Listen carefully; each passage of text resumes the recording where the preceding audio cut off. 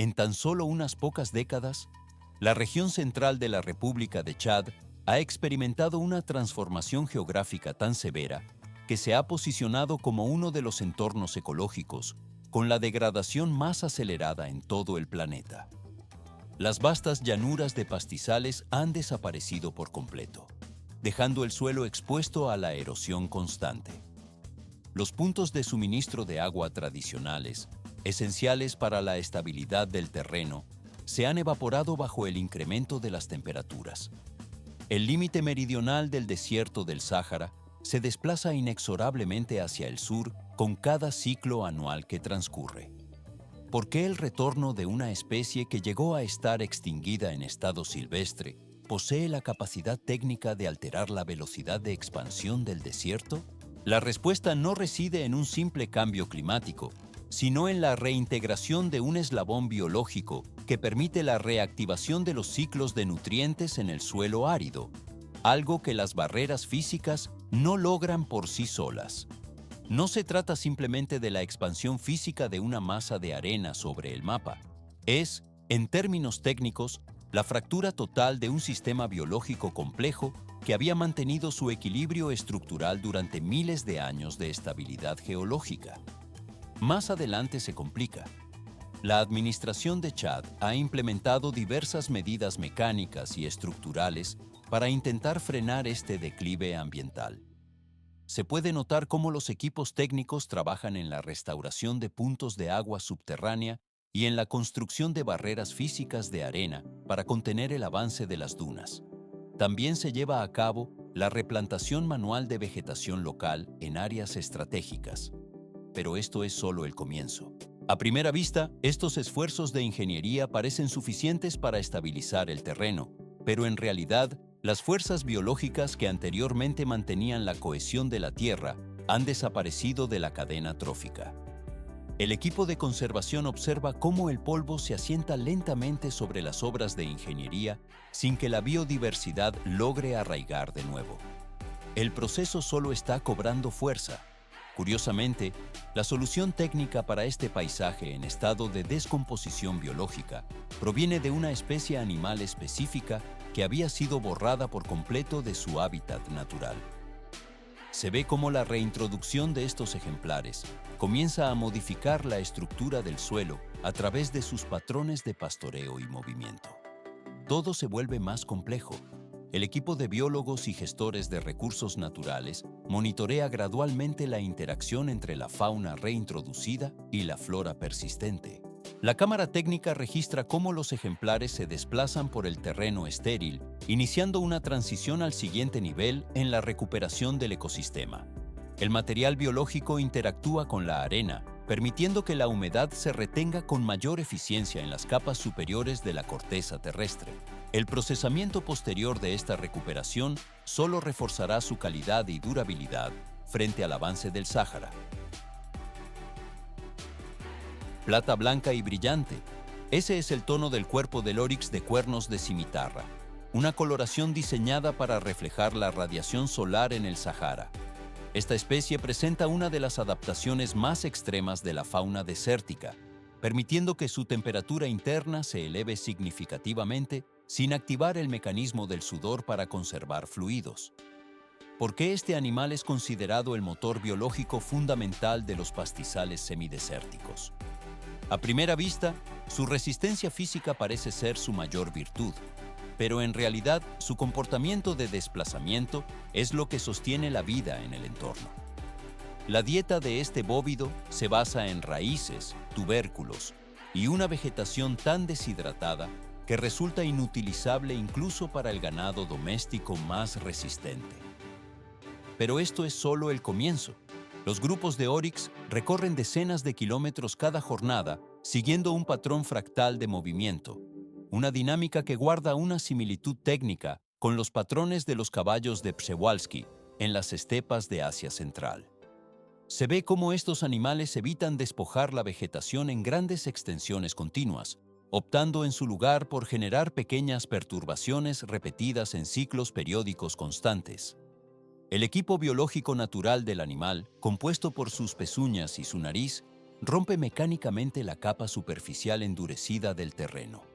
Se puede notar cómo esta acción permite que el aire y la humedad penetren hacia estratos más profundos del suelo, donde los microorganismos operan para procesar nutrientes esenciales. El proceso solo está cobrando fuerza. 50 grados Celsius es la temperatura ambiental extrema bajo la cual el Oryx debe descansar sobre la arena. Al posar su cuerpo pesado sobre la superficie, se forman pequeñas depresiones físicas que funcionan como reservorios microscópicos de agua. Estas cavidades retienen el agua de lluvia, a veces en cantidades de apenas unos pocos milímetros, pero el volumen es suficiente para prolongar la presencia de humedad durante varios días consecutivos. Todo se vuelve más complejo cuando se analiza la dispersión de la flora local. Las semillas se adhieren firmemente al pelaje del animal y caen de forma gradual a lo largo de sus extensas rutas de viaje, estableciendo cadenas de dispersión natural que ninguna otra especie de la región es capaz de replicar a la misma escala geográfica. Más adelante se complica. Esta serie de microprocesos mecánicos y biológicos constituye el motor que impulsa la energía y los nutrientes a través de todo el sistema del ecosistema. Una manada compuesta por entre 20 y 30 individuos es capaz de generar miles de puntos de perturbación en el suelo en el transcurso de un solo mes. Esta actividad incesante es el factor técnico que impide que el sustrato caiga en un estado de latencia biológica o inactividad productiva. Se puede notar cómo la ausencia de este movimiento degrada la calidad del suelo con el paso del tiempo. La reducción progresiva del tamaño de las manadas hasta su desaparición final provocó que el Sahara perdiera este mecanismo de mantenimiento geológico y biológico. Sin la presencia de los ciclos de perturbación, la distribución de nutrientes se detuvo, dejando el ecosistema sin su principal agente de renovación. El material biológico del desierto perdió así su regulador más eficiente. 1.200 milímetros de longitud en sus cuernos. Esa fue la medida que sentenció el destino de las poblaciones de Oryx a mediados del siglo XX. ¿Por qué el colapso de esta especie no ocurrió como un declive gradual, sino como una ruptura violenta y definitiva? A primera vista, la naturaleza parece adaptarse a los cambios lentos, pero en este caso, la presión externa superó cualquier capacidad de recuperación biológica. El auge de la caza comercial transformó a estos animales en mercancías de alto valor para los mercados de Europa y Medio Oriente, donde sus cornamentas curvas eran codiciadas con intensidad. Pero esto es solo el comienzo. Grandes manadas de Oryx resultaban extremadamente fáciles de localizar en las llanuras abiertas, lo que permitía que grupos enteros fueran aniquilados en el transcurso de una sola mañana. El proceso de desaparición cobró fuerza cuando la expansión del pastoreo de ganado comenzó a ocupar los puntos de agua más críticos del territorio. Se puede notar cómo la competencia por los recursos hídricos se vuelve mortal bajo condiciones climáticas tan extremas, donde bloquear el acceso al agua equivale a cortar las rutas de supervivencia de las especies silvestres. Más adelante se complica. Fragmentación del hábitat por guerras, carreteras y nuevos asentamientos humanos. Ese fue el factor decisivo que provocó el desplome final de la población. Las rutas migratorias, que anteriormente se extendían a lo largo de decenas de kilómetros, quedaron seccionadas en segmentos cortos e inconexos. Se ve cómo el equipo de infraestructura y los conflictos dividieron las grandes manadas en agrupaciones diminutas de apenas unos pocos individuos. En grupos tan reducidos, una sola temporada de sequía o una única noche de depredación intensa tenían el poder de eliminarlos por completo. Todo se vuelve más complejo. En el año 2000, la Unión Internacional para la Conservación de la Naturaleza declaró oficialmente al Oryx como una especie extinguida en estado silvestre. Sin embargo, el ecosistema del Sahara había registrado esa ausencia mucho antes de la declaración formal. Cuando estos grandes herbívoros de amplio rango desaparecieron, la Tierra perdió su ciclo vital de perturbación periódica. Solo parece evidente la falta del animal, pero en realidad el impacto alcanzó niveles microscópicos y geológicos. Microorganismos del suelo entraron en un estado de latencia profunda al cesar la actividad de los herbívoros. Los pastos dejaron de brotar incluso después de las temporadas de lluvia, ya que el suelo carecía del procesamiento natural que aportaban las manadas. Se puede observar cómo el viento comienza a erosionar la última y delgada capa de tierra fértil en cuestión de pocos minutos. El equipo biológico del desierto se detuvo, dejando un vacío que alteró la estructura misma del paisaje. El material orgánico desapareció y el ciclo del ecosistema cerró esta fase de forma abrupta. 99%. Esa es la cifra exacta de la reducción de la población de bisontes que sufrió Norteamérica en el pasado. Un evento que desencadenó un ciclo de retroalimentación degenerativa. ¿Por qué los ecosistemas colapsan de manera tan radical si el agua sigue estando presente en el entorno? A primera vista, se podría pensar que la sequía es la causa principal de la muerte de un paisaje, pero en realidad, la degradación ocurre porque el suelo pierde su capacidad física y biológica para retener el líquido. El problema no reside en la falta de precipitaciones, sino en la destrucción del sistema de almacenamiento natural de la Tierra. Para comprender la magnitud de este fenómeno, es necesario analizar el Sahara no como un vacío, sino como una red compleja y conectada.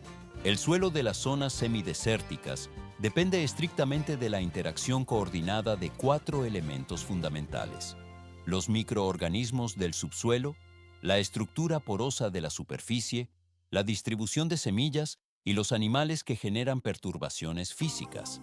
El equipo biológico opera de forma integrada, donde cada pieza sostiene a la siguiente. Pero esto es solo el comienzo.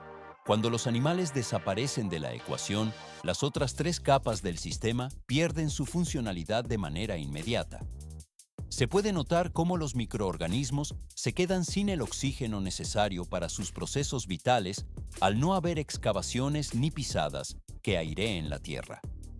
Al mismo tiempo, las semillas quedan expuestas sobre la superficie endurecida, donde mueren bajo la radiación solar directa en lugar de quedar enterradas en un sustrato fértil. El proceso solo está cobrando fuerza hacia el colapso total. La estructura del suelo se compacta gradualmente bajo el calor, creando una costra impenetrable que impide la infiltración.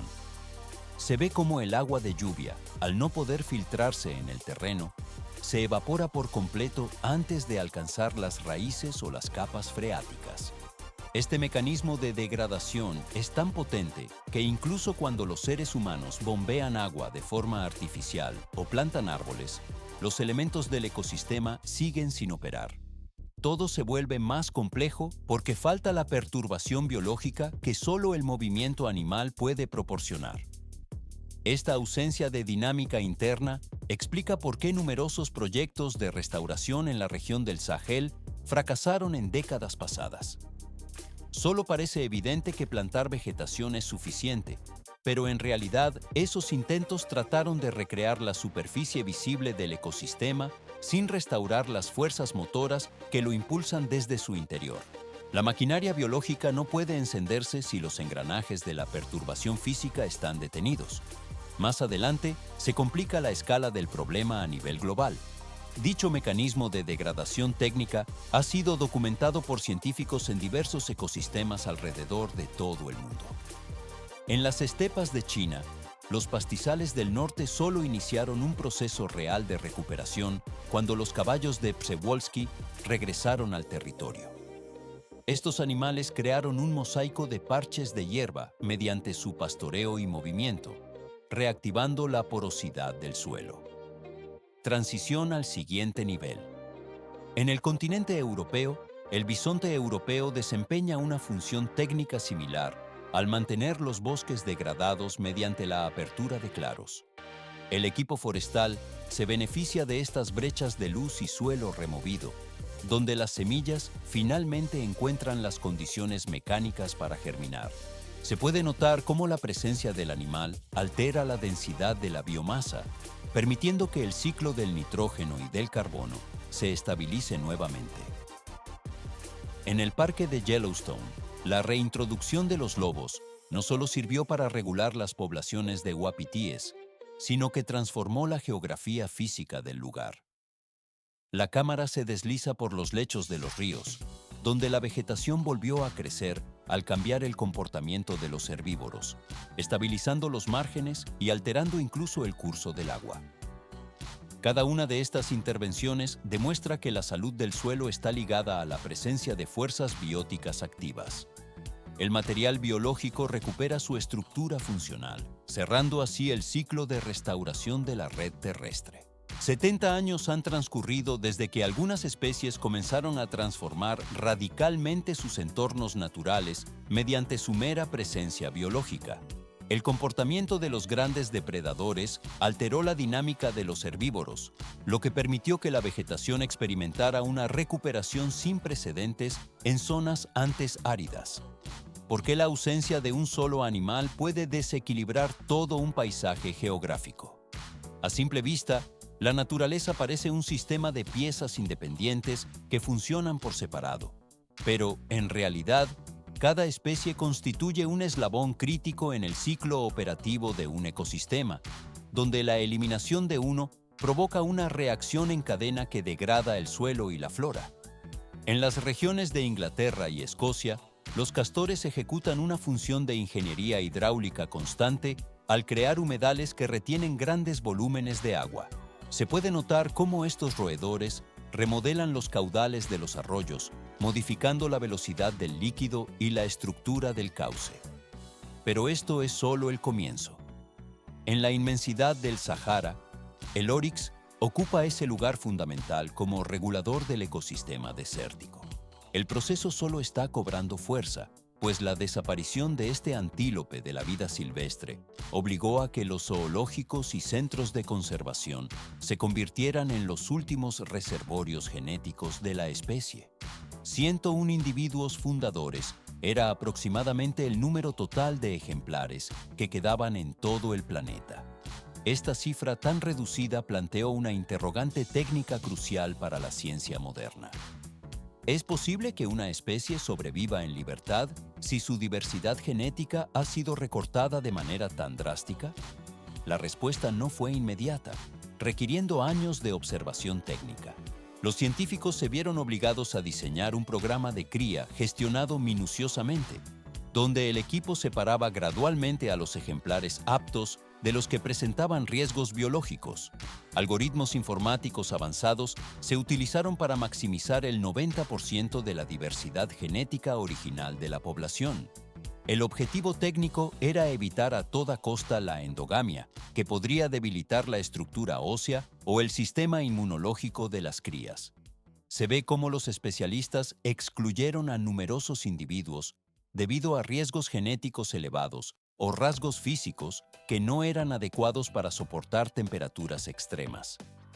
Más adelante se complica, pues estos esfuerzos se extendieron durante muchas décadas, consolidándose como uno de los hitos más relevantes en la conservación genética contemporánea. La persistencia y la precisión técnica constituyen el hilo conductor de estos proyectos de restauración biológica.